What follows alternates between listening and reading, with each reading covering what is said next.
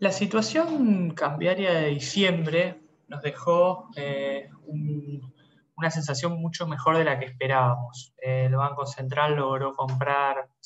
poco más de 600 millones de dólares, que era mucho más de lo que nosotros podíamos esperar en los meses de octubre, incluso noviembre, que también fue malo.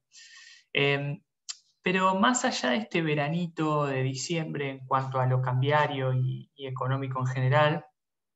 seguimos viendo que los niveles de la brecha, que si bien bajaron, siguen estando en niveles que no son compatibles, digamos, con una acumulación sostenida de reservas, porque en diciembre se logró comprar, pero que esto se mantenga en el tiempo va a requerir de otras cosas, porque el dato que vemos ahí es que en lo que, digamos, desde la etapa moderna, digamos, del cepo que se inaugura en 2011, solo hubo 3 ocasiones, 3 meses donde el Banco Central pudo comprar reservas con brecha mayor al 60%. 2 de esas ocasiones fueron abril y mayo de 2013, meses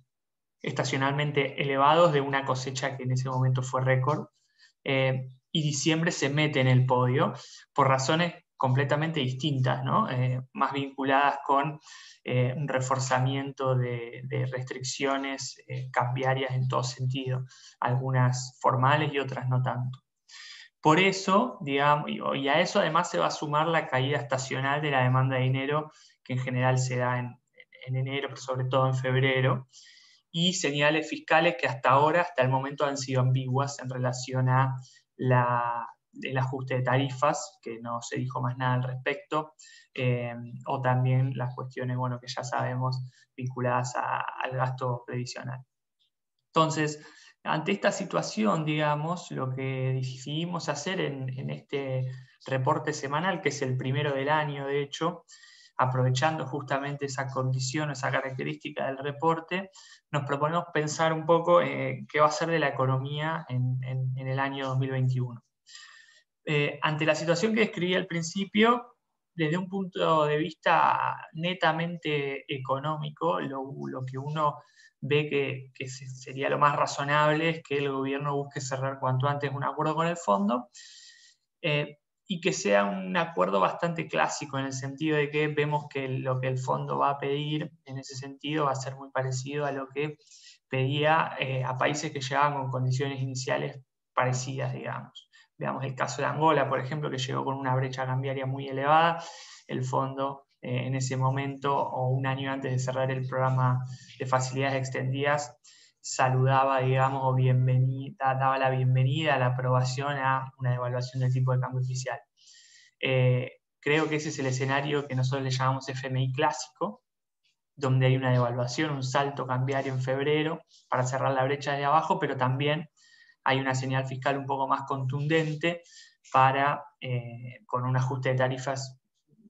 en línea con cerrar, digamos, o ir hacia un déficit más cercano al 3,5% del PBI.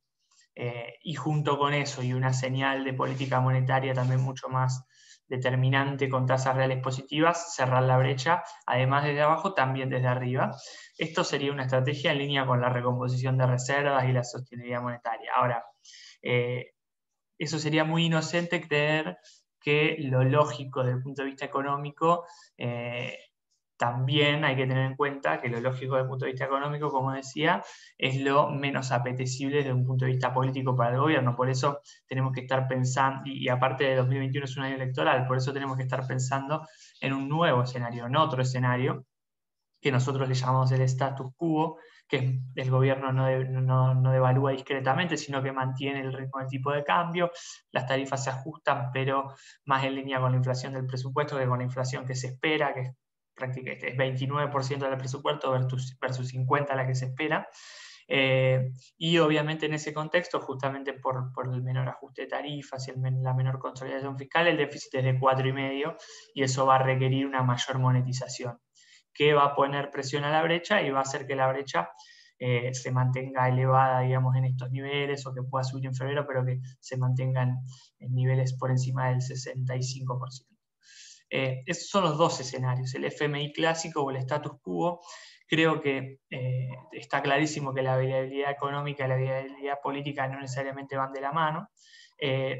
y la verdad es que el escenario status quo es una gran pregunta si es viable, digamos, ¿no? Si se llega con ese escenario hasta octubre. Nuestras estimaciones y proyecciones, que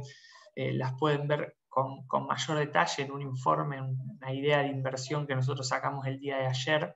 y está en nuestra web subida. Ahí hay más datos desde el punto de vista más cuantitativo, pero nuestras proyecciones indican que el gobierno podría llegar a fin de año, pero la verdad es que está excesivamente fina la cuenta, y hay además factores que lo pueden sacar o meter en partido, digamos. Uno es la pandemia, que eso requiere, digamos, un repunte en los casos, como ya estamos viendo, y algún, digamos, reforzamiento de las medidas obligarían a un mayor gasto fiscal, y eso pondría presión a la brecha, digamos. O también el otro factor es la cosecha, digamos, que además ligada a cuestiones climáticas, que si bien la lluvia de esta semana ayudaron, claramente todavía no alcanzan, y vamos a estar esperando cómo sea eso. Entonces, va a estar muy fino, esos factores van a ser determinantes. Por suerte, esos factores se definen en los primeros meses del año, y eso es algo bastante novedoso para esta serie de años binarios que estamos teniendo cada vez más seguido. En cualquier caso, para nosotros, digamos, dentro del equipo está muy dividido la probabilidad subjetiva que le asignamos a los dos escenarios. Diría es casi un 50-50, pero igualmente lo interesante de todo es que no es necesario tener definido un escenario puntual para tomar decisiones de posicionamiento. Y acá hay un ejemplo claro, el ejemplo de la política monetaria. Ya sea porque una decisión deliberada en el contexto de un programa clásico con el fondo, que sería el escenario FMI clásico que definimos, o bien por una necesidad del gobierno frente a presiones que se van intensificando con el correr del año en el escenario status quo. Por cualquiera de esas dos razones, nosotros creemos que la política monetaria empezará a tener más protagonismo. Con lo cual es una de las principales conclusiones que nosotros derivamos en nuestra idea de inversión de la semana pasada, que es la idea de priorizar en nuestro armado de portafolio los bonos Badlar para capitalizar esta idea que a nosotros nos surge. Sobre todo los bonos Badlar medios de la ciudad de Buenos Aires, BDC24, BDC28, que son bonos que tienen un spread por sobre la Badlar de alrededor de 15%, que para nosotros está bastante atractivo. Y como segunda conclusión, también,